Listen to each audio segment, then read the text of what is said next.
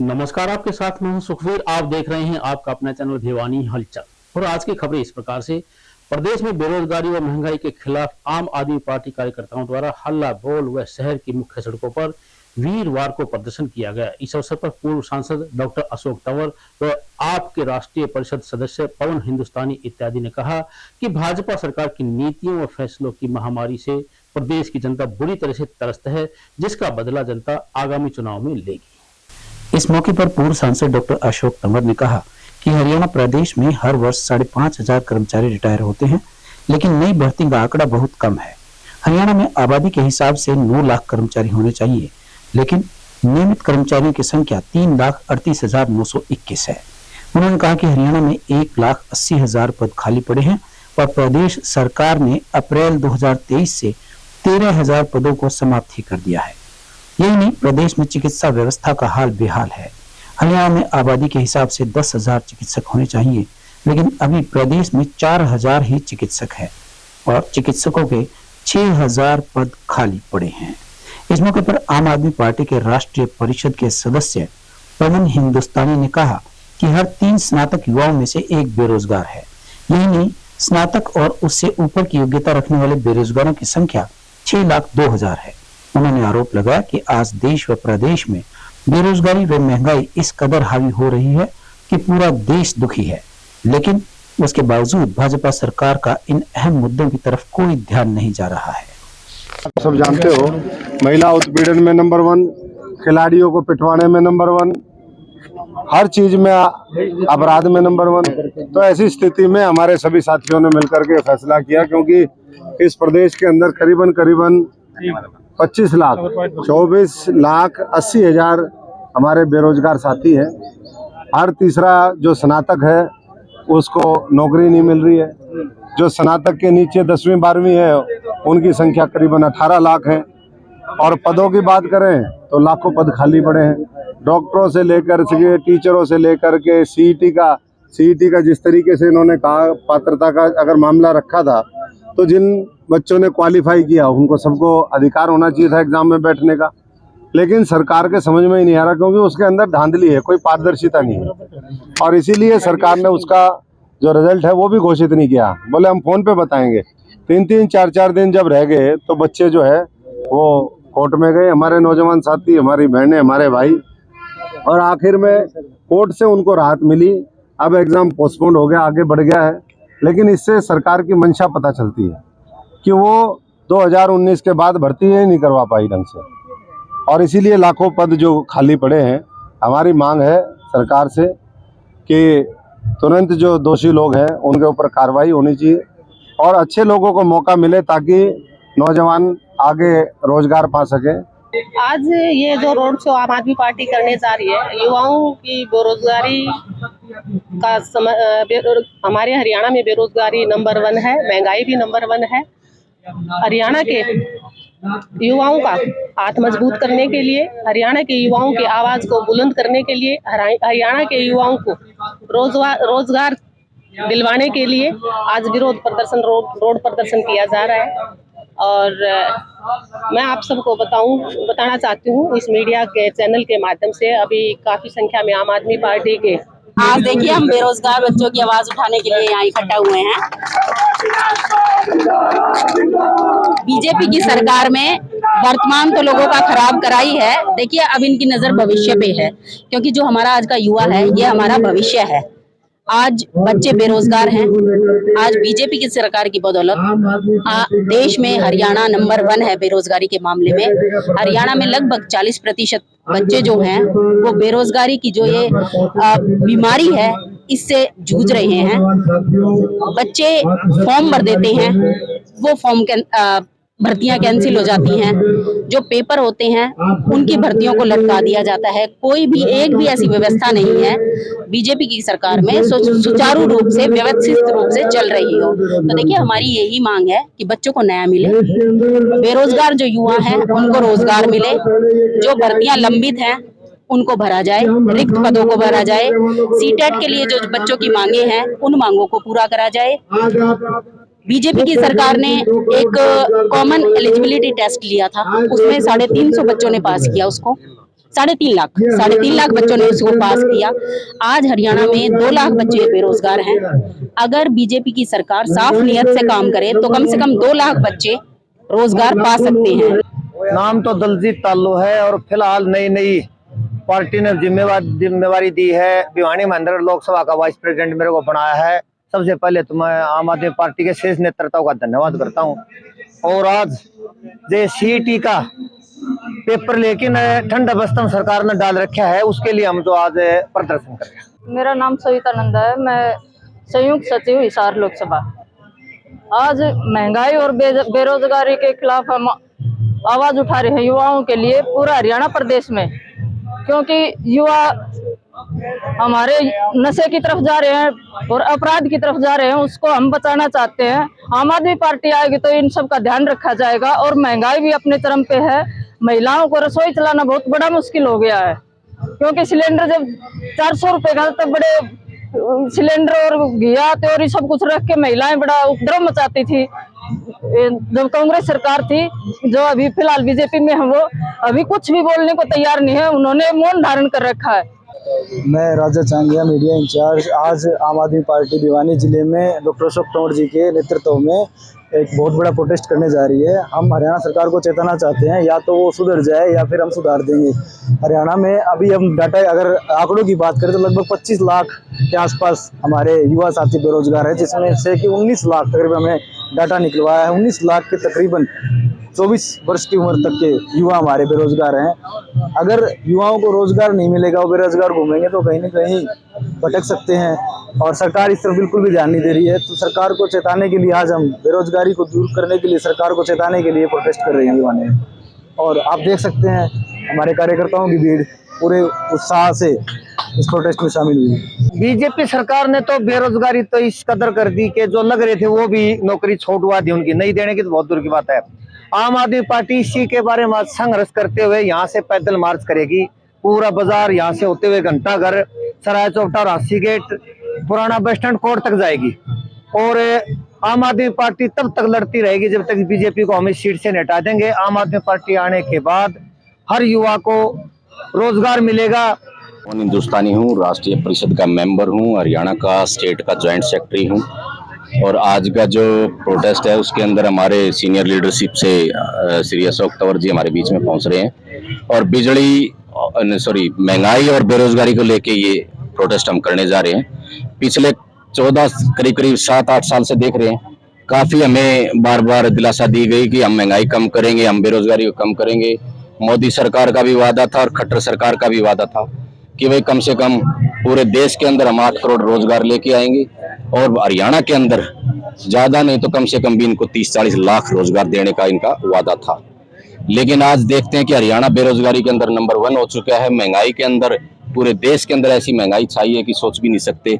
एक आम आदमी को 2 जूट की रोटी अगर कमाने की प्रयास है, वो भी एक तरह से विफल होता जा रहा है।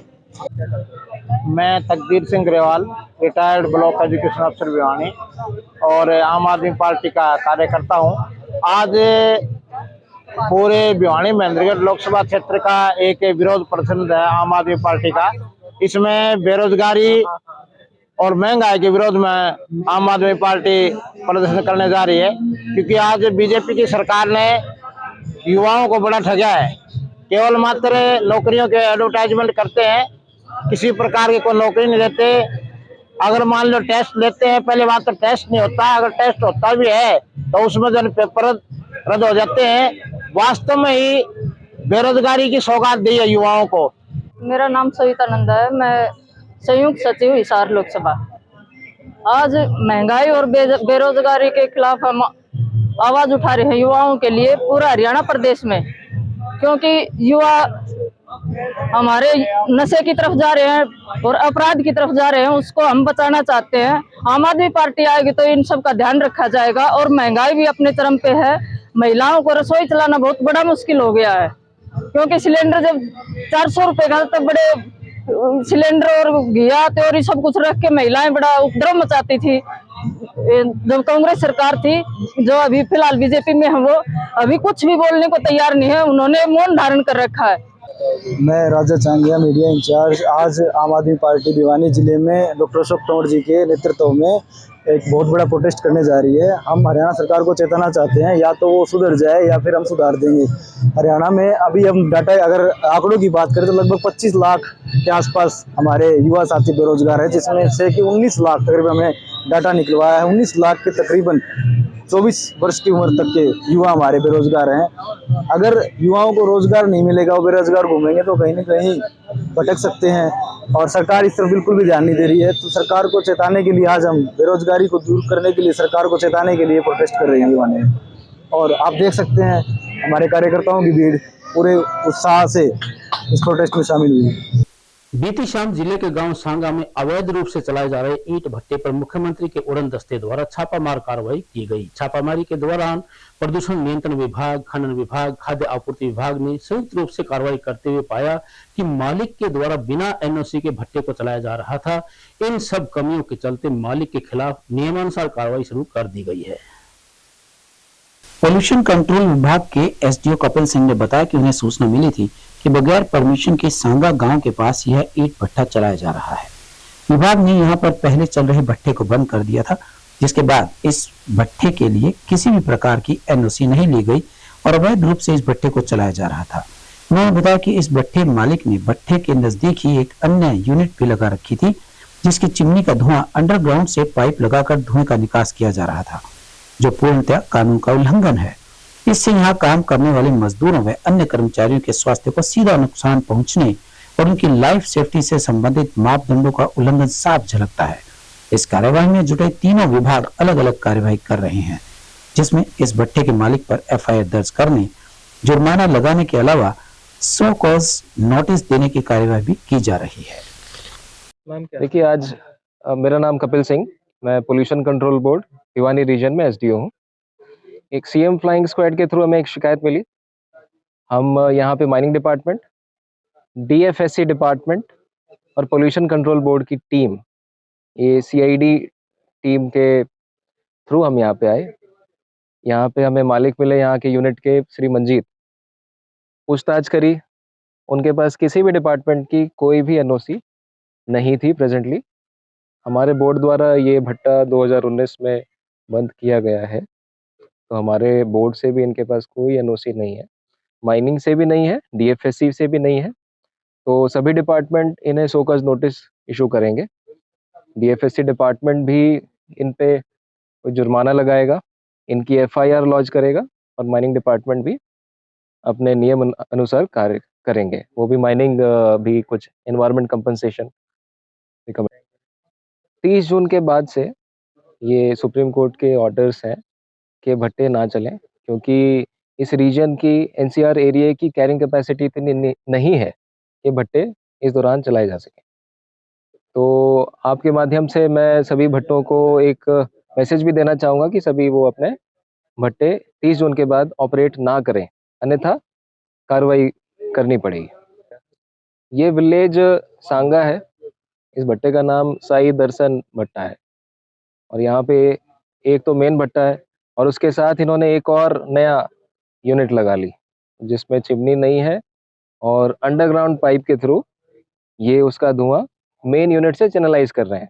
तो ये बिल्कुल इलीगल है। बात करें सर, इसमें किस प्रकार की सुरक्षा है? जो काम करने वाले उनको भी कहीं ना कहीं जान का खतरा रहता होगा? तो बिल्कुल खतरा रहता है, और जो भट्टे के मालिक हैं, जितने भी वर्कर्स हैं यहाँ पे, दे शुड एक्चुअली उनके हेल्थ का, लाइफ का, सेफ्टी का ध्यान रखने की उनको जरूरत है। पर्यावरण को संरक्षित करने के लिए हरियाणा सरकार द्वारा 75 वर्ष की आयु वाले वृक्षों को पेंशन देने का अत्यंत सराहनीय फैसला लिया गया है। इस बारे में जानकारी प्रदान करते हुए भिवानी के उपायुक्त नरेश नरवाल ने बताया कि इस योजना का नाम हरियाणा प्राण वायु देवता पेंशन के नाम से रखा गया है। वहीं इस संबंध में आवेदन प्रक्रिया जुलाई माह में शुरू हो जाएगी। प्राप्त जानकारी के अनुसार हरियाणा प्राण वायु देवता पेंशन योजना सरकार की ओर से पुराने पेड़ों की रक्षा और संरक्षण के लिए लागू की गई है। बताया गया कि इन पुराने पेड़ों की पहचान के लिए वन विभाग ने सर्वे करवाया था। पुराने पेड़ों के रखरखाव के लिए प्रति पेड़ पेंशन के रूप में लगभग 2500 रुपए दिए जाएंगे। यह राशि इन पेड़ों को और आगे बढ़ने और लोगों को ताजा ऑक्सीजन प्रदान करने के उद्देश्य को पूरा करने के लिए दी जाएगी। बताया गया कि हरियाणा सरकार की ओर से हरियाणा प्राण वायु देवता पेंशन योजना से संबंधित अधिसूचना जारी कर दी गई है। इस योजना के तहत 75 वर्ष की आयु पूर्ण कर चुके पेड़ों को 2,500 रुपए वार्षिक पेंशन दी जाएगी और वृद्धावस्था सम्मान पेंशन की भांति यह पेंशन राशि प्रति वर्ष समानुपात में बढ़ाई जाएगी। बताया गया कि पेड़ को मिलने वाली पेंशन की राशि पेड़ के मालिक के बैंक खाते में भेज दी जाएगी। हरियाणा प्राण वायु देवता योजना चलाई है, वह बहुत ही बढ़िया स्कीम है। उसके कारण पेड़ों की रक्षा होगी, पुराने पेड़ों को लोग काटे भी नहीं, नए पेड़ लगाने की कोशिश करेंगे। ये मेरे खेत में जो पेड़ खड़ा है पीपल का, मेरी उम्र लगभग 70 साल से, ये मैं पैदा होया उससे 10-5 साल पहले का लगाया हुआ है मेरे पिताजी का। ये पीपल का वृक्ष बुजुर्ग कहते हैं कि प्राण वायु छोड़ता है। सांस का मरीज भी इसके नीचे चाहे तो उसे भी राहत मिलती है। इसके छिलकों से कैसा भी घाव हो, पशु का चाहे आदमी का, रगड़ के अगर लगा दिया जाए तो वो ठीक हो जाता है। क्या कहेंगे आप जो आपको पौधा रोपण लिया?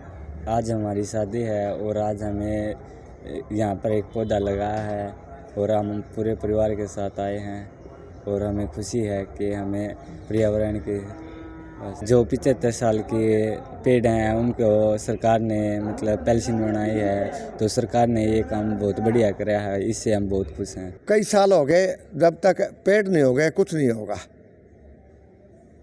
पेड़ों से हवा शुद्ध होती है और पर्यावरण अच्छा रहता है, ऑक्सीजन मिलती है। जब तक पेड़ नहीं होंगे, पेड़ नहीं लगाएंगे, कुछ नहीं होगा। पेड़ नहीं होंगे तब तक कुछ नहीं होगा। ऑक्सीजन देते हैं पेड़, पेड़ों बगैर कुछ नहीं होता। तुम्हारा जो है ना सरकार ने फैसला, हाँ, 75 साल के पेड़ होंगे पेंशन मिलेगी, कितना फायदा है? 100 साल पुराने पेड़ हमारे, 100 साल के ऊपर 200 साल के पेड़ हमारे पास, तहकीकात कर सकते हो गाँव में। हमारे पास 200 साल की जांडी है, 200 साल के पेड़ है।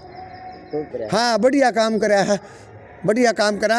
डेरा का खर्चा चलता रहे, समाज का खर्चा चलता रहे। सरकार का बढ़िया काम से और अपना ये बढ़िया काम करा है सरकार ने। बढ़िया पेड़ भी बढ़ेंगे, दुनिया पेड़ लाओगी और ये भी अपना दुनिया पेड़ लाओगी, पर्यावरण बढ़ेगा, वन विभाग बढ़ेगा। गवर्नमेंट ने बड़ा अच्छा काम किया। ये प्राण वायु के लिए पेड़ों का लगाना बहुत ही अच्छा काम है। इससे वृक्ष भी कम कटेंगे और पर्यावरण भी शुद्ध होगा और पौधे भी बहुत लगेंगे। तो इससे ज़्यादातर पेड़ पौधे लगाएंगे लोग और उनको चाव सा चढ़ जाएगा एक किस्म का। ने ये काम करके बहुत ही अच्छा काम किया है। ये जो प्राण वायु योजना बनाई है और ये पेंशन बना रही है, इसके लिए बहुत ही अच्छा काम किया है। सरकार ने ऐसे काम करने चाहिए। हरियाणा सरकार के निर्देशानुसार सामुदायिक पुलिसिंग और हरियाणा उदय के तहत भिवानी उपमंडल के गांव बलियाली स्थित बाबा बंदा सिंह बहादुर गुरुद्वारा में आउटरीच कार्यक्रम का आयोजन किया गया। इस अवसर पर एसडीएम दीपक बाबूलाल करवा ने पहुंचकर ग्रामीणों को अनेक समस्याओं को सुनते हुए संबंधित विभाग अधिकारियों को उन्हें हल करने के मौके पर आदेश जारी किए। इस दौरान विभिन्न विभागों द्वारा स्टॉल लगाकर नागरिकों के परिवार पहचान पत्र, राशन कार्ड व पेंशन संबंधी त्रुटियों को दूर किया गया। स्वास्थ्य विभाग द्वारा लोगों के चिरायु कार्ड बनाए गए और लोगों का स्वास्थ्य चेकअप भी किया गया। एसडीएम ने ग्रामीणों से पर्यावरण संरक्षण के लिए अधिक से अधिक पौधारोपण का आह्वान किया। कार्यक्रम में एसडीएम श्री करवा ने कहा कि सरकार की सभी कल्याणकारी योजनाएं परिवार पहचान पत्र के साथ जोड़ी जा चुकी हैं। नागरिक अपना परिवार पहचान पत्र बनवाएं ताकि किसी भी योजना के लाभ से वंचित न रहें। उन्होंने कहा कि पेंशन व छात्रवृत्ति आदि भी परिवार पहचान पत्र के साथ जोड़ी जा चुकी हैं। ऐसे में सभी का पीपीपी होना जरूरी है।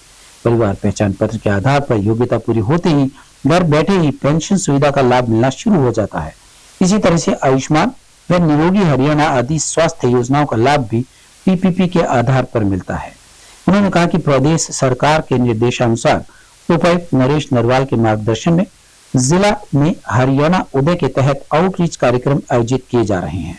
इन कार्यक्रमों के माध्यम से जहां एक तरफ लोगों की समस्याओं का मौके पर ही समाधान किया जाता है, वहीं दूसरी तरफ नागरिकों को योजनाओं की जानकारी भी दी जा रही है। वीरवार को इस्लाम धर्म के नागरिकों के द्वारा देश भर में बकरीद का त्योहार धूमधाम से मनाया गया। इस अवसर पर बंटी अली खान ने कहा कि पूरे भारत में यह त्योहार धूमधाम से मनाया जाता है।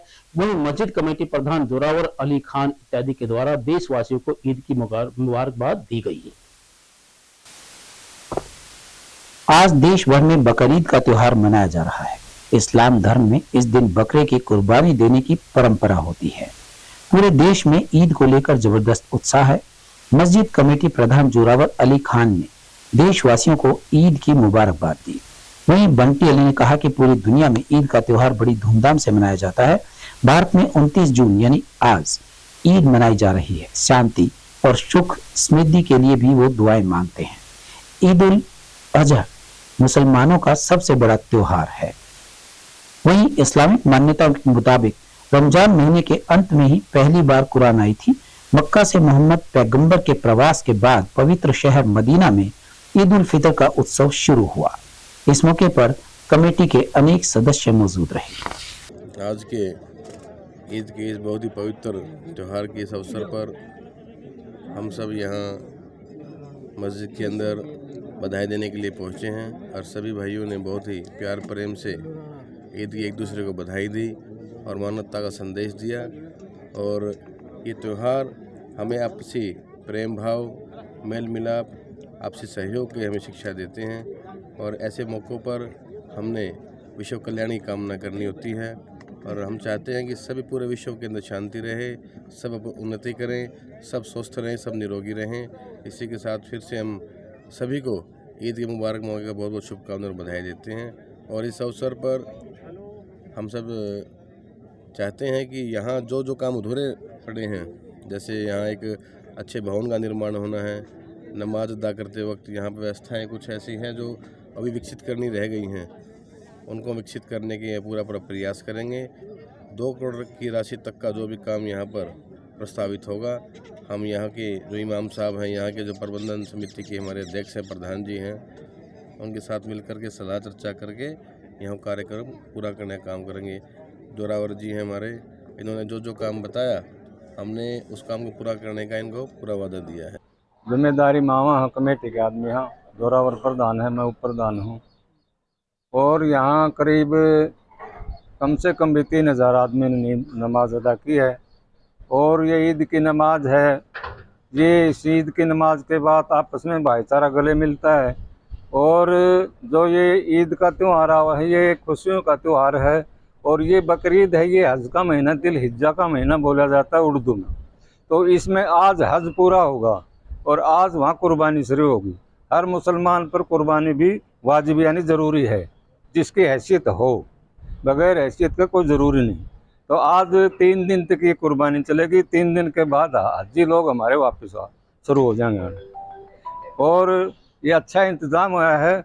और भवानी प्रताप साहब भी आए, उनने करीब 2.5 करोड़ का उरे यहाँ देने का वादा किया है, इस जगह का अच्छी तरह बनाने का। और हमारे हिंदू भाई काफ़ी लोग आए हैं, सब ने हमारा साथ दिया, बहुत मोहब्बत से मिले और पूरा प्रशासन भी अपनी देख रेख के लिए मौजूद था यहाँ। देखो, हमारी एक बकरीद का त्यौहार है, इसको ईद उल अजहा भी कहते हैं, हिंदी भाषा में बकरा ईद की जाती है। मुसलमानों के सबसे बड़े 2 ही त्यौहार हैं, ईद उल जुहा और ईद उल फितर। ईद उल फितर को मीठी ईद भी कहा जाता है, ईद उल जुहा को तरतरी ईद या बकरीद के नाम से भी जाना जाता है। इस दिन कुर्बानी का दिन है, त्याग का दिन है।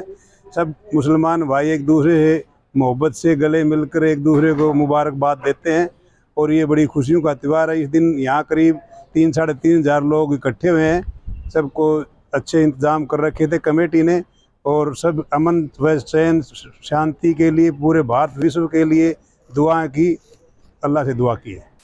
सब इंस्पेक्टर विशेष कुमार ने भिवानी औद्योगिक थाना क्षेत्र के प्रभारी का कार्यभार संभाल लिया है। पुलिस अधीक्षक नरेंद्र बिजावलिया के निर्देशानुसार भिवानी में कानून व्यवस्था को चुस्त दुरुस्त करने के लिए कर्मचारियों का तबादला किया जा रहा है। वहीं उन्होंने कार्यभार संभालते ही किराएदार नागरिकों को अपनी आईडी जमा कराने की बात कही। सब इंस्पेक्टर विशेष कुमार ने भिवानी औद्योगिक क्षेत्र पुलिस स्टेशन में प्रभारी का कार्यभार संभाल लिया है। कार्यभार संभालने के बाद उन्होंने कहा कि पुलिस अधीक्षक श्री नरेंद्र बिजावलिया के निर्देशानुसार क्षेत्र में कानून व्यवस्था दुरुस्त रखना उनकी वरीयता रहेगी। उन्होंने कहा कि थाना क्षेत्र में आने वाले सभी किराएदारों व बाहर से आए हुए लोगों की शिनाख्त की जाएगी। सभी को अपनी आईडी प्रूफ थाने में जमा करवाने होंगे। जनता की सुरक्षा भी पुलिस की वरीयता रहेगी। उन्होंने कहा कि चोरी के मामलों में अंकुश लगाने के लिए विशेष अभियान चलाया जा रहा है और गश्त को बढ़ाया जाएगा। चोरों और नशेड़ियों पर विशेष तौर पर लगाम कसी जाएगी। मैं PSI विशेष अभी SHO इंडस्ट्रियल एरिया ज्वाइन किया है।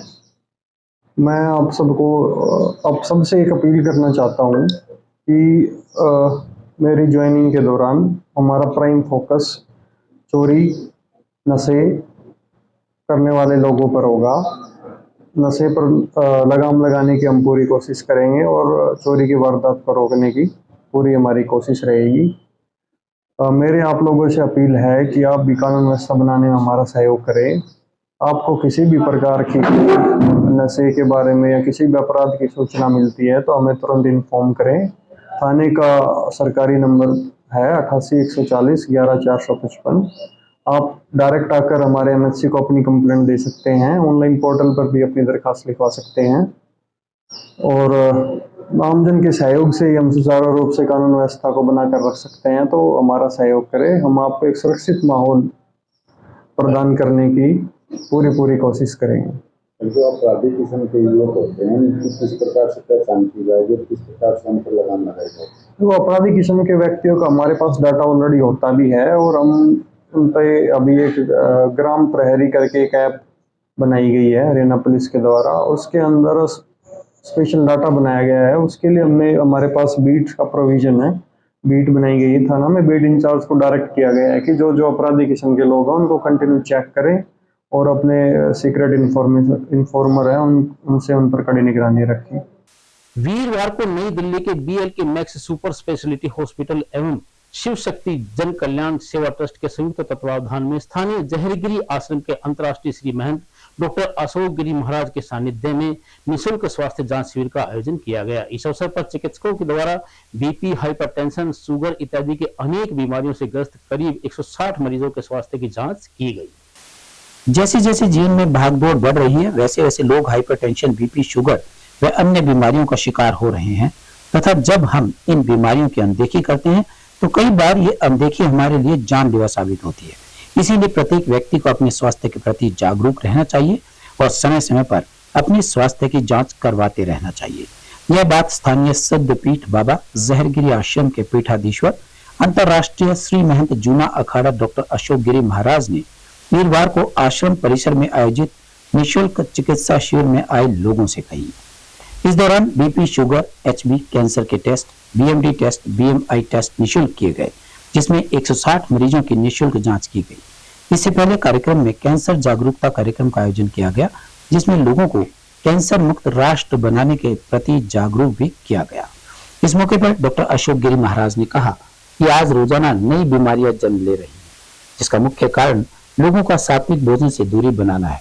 उन्होंने कहा कि बेहतर स्वास्थ्य के लिए फास्ट फूड से दूरी बनाना बहुत जरूरी है, क्योंकि अधिकांश बीमारियां फास्ट फूड के कारण ही पनप रही हैं। दिवस जो कैंसर मुक्त हरियाणा के लिए एक अभियान चलाया जा रहा है, इसमें BLK मैक्स हॉस्पिटल और आश्रम के तत्वाधान में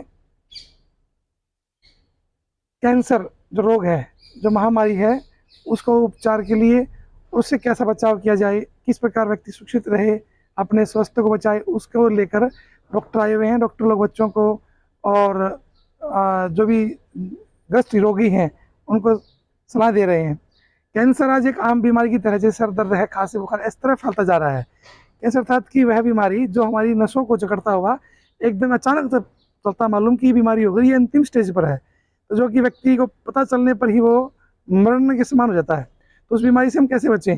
खान पान से, रहने सहने से, और जो हमारे आसपास जो विद्युत उपकरण हैं उनके द्वारा। ये नहीं कि बीमारी केवल वातावरण से फैलती है, ये बीमारी उनसे फैलती है हमारे रहने सहने की जो शैली है, जो खान पान की जो प्रक्रियाएं हैं, जो भोजन व्यवस्थाएं हैं, या जो फूड पैक्स हैं, जो कुछ भी आ रही है, इनसे सबसे द्वारा जो अप्राकृतिक, जो मदर नेचर से हमें नहीं दिया, अप्राकृतिक जो भोजन है या अपवाद हो चुका, उससे बीमारी फैलती है। उसको सचेत किया जाता है कि हम किस प्रकार बचें, अपने शरीर को बचाएं इन रोगों से, और उसके लिए आज एक कैंप का आयोजन किया गया। कल्याण सेवा ट्रस्ट व BLK मैक्स हॉस्पिटल दिल्ली से आई डॉक्टरों की टीम ने सिद्धपीठ बाबा जहरगिरी आश्रम में जो है कैंसर मुक्त हरियाणा के अंतर्गत जो है एक कैंप लगाया है, जिसमें जो है रोगियों की जांच व जिसको लक्षण भी हैं उनकी जांच करके उनको जो है उससे बचने के तरीके व जो है एक सेमिनार किया गया है, जिसमें बच्चों को ये जानकारी दी जा रही है कि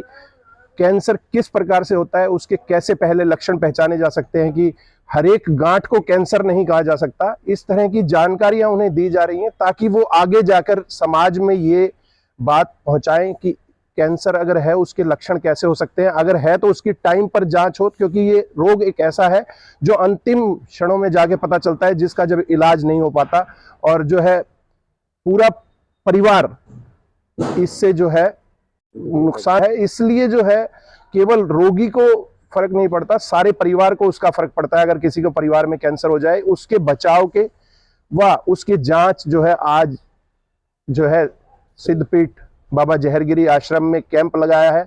ऐसे कैंप जो है हमारा यही वो है कि सभी जगह लगे ताकि लोगों को जागरूकता बढ़े। मेरा नाम डॉक्टर जयगोपाल शर्मा है। मैं BLK मैक्स हॉस्पिटल दिल्ली से आया हूँ और हमने पूरे हरियाणा को कैंसर मुक्त करने का उद्देश्य है हमारा। और हमारा भिन्न जो हरियाणा के ज़िले हैं, जहाँ से भी हमारे को निमंत्रण आता है, जहाँ हमारी मोटिवेशन जहाँ पे होती है, हमारा फील्ड स्टाफ है, वहाँ जाके हम अवेयरनेस टॉक देते हैं और जांच करते हैं और लोगों को बताते हैं भी कैंसर एक लाइलाज बीमारी नहीं है, इसका इलाज है, बशर्ते ये पहली और दूसरी स्टेज में पकड़ा जाए। जितनी ज़्यादा स्टेज में जाके पकड़ा जाएगा, इलाज करना मुश्किल हो जाता है। दूसरी चीज़ इनको ये बताते हैं भी कैंसर का इलाज बहुत महंगा इलाज है। आपको अपनी जेब खर्ची बचा के शुरुआत में ही, जब आप जवान हो तभी से, जब आप तंदुरुस्त हो तभी से आपको अपनी हेल्थ इंश्योरेंस, पर्टिकुलरली कैंसर के अगेंस्ट इंश्योरेंस करवा लेनी चाहिए, बीमा करवा लेना चाहिए, क्योंकि प्रीमियम जो है उसकी जो किस्त है बहुत कम लगती है। आमतौर पे कैंसर का इलाज करने के लिए हमारे को दिक्कत ये आती है कि जब उसका एस्टीमेट पूछते हैं, एस्टीमेट बताते हैं कि इतने लाख रुपए खर्च होगा, तो कई बार मरीज़ बिना इलाज कराए वहाँ हॉस्पिटल से चले जाता है, तो दर बदर इधर उधर धक्के खाता है। वैसे तो गवर्नमेंट ऑफ इंडिया और स्टेट्स की तरफ से भी स्कीमें बहुत हैं, वहाँ से योगदान मिलते हैं। अगर किसी को कैंसर हो जाता है, आप chief minister relief fund, prime minister relief fund में जाके आप अपना आवेदन दे सकते हो। 4 से 5 लाख के करीब राशि कैंसर के इलाज करने के लिए, लेकिन वो पर्याप्त नहीं है। अगर आपका कैंसर का बीमा है प्लस आपका ये है तो काफ़ी मदद मिल जाती है। तीसरा ये कहते हैं कि ये इसमें बहुत दर्द होता है। शुरुआती स्टेज में दर्द नहीं होता, जब लास्ट स्टेज आती है तब मरीज़ को बहुत दर्द होता है, और यही वजह है कैंसर देर से हमें पता लगता है। पहली स्टेज में, दूसरी स्टेज में पता नहीं लगता, क्योंकि छुपा है। कैंसर हमारे शरीर में किसी जगह भी हो सकता है। अब हमारा यहाँ पे जो उद्देश्य है, यहाँ पे लोगों को बताने का भी कैंसर से बचा कैसे जाए। तो कैंसर से बचने के लिए इनके जो लाइफस्टाइल है, उनकी जो आदतें हैं, उसके बारे में बताते हैं। सबसे पहले जैसे ये छोटे बच्चे आए हुए हैं तो इनको बताते हैं आपके पास ये मोबाइल फ़ोन है, आपके लिए ये ज़रूरी चीज़ हो गया।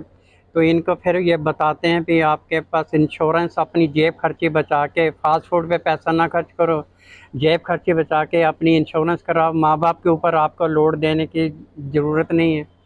तीसरा इनको ये बताते हैं कि आपने फ़ास्ट फूड की तरफ नहीं जाना। फ़ास्ट फूड में क्या होता है, उसमें तेल ज़्यादा इस्तेमाल होता है, नमक बहुत ज़्यादा इस्तेमाल होता है, तो इसमें जो कैंसर के जो सेल हैं ज़्यादा ग्रो करते हैं। फिर इनको ये बताते हैं आजकल पढ़ाई लिखाई का लोड इतना ज़्यादा हो गया, लोगों को सेडेंटरी लाइफस्टाइल हो गया, घर बैठे रहते हैं, मम्मी को आवाज़ लगाएंगे, मम्मी चाय पिला दे, टीवी का मैच आ रहा है, मैच देख रहे हैं तो खुद नहीं उठेंगे गिलास पानी का उठाने के लिए, ग्राउंड में नहीं जाएंगे खेलने के लिए। तो सेडेंटरी लाइफस्टाइल के बताते हैं इसका एक्सरसाइज 30 मिनट की एक्सरसाइज अगर रोज़ाना आप करते हो तो उसका फ़ायदा ये है आपकी बॉडी में ऑक्सीजन ज़्यादा जाएगी, वो हर सेल तक पहुंच जाएगी। जितनी ऑक्सीजन आपके शरीर में होगी तो कैंसर के सेल ग्रो नहीं करेंगे।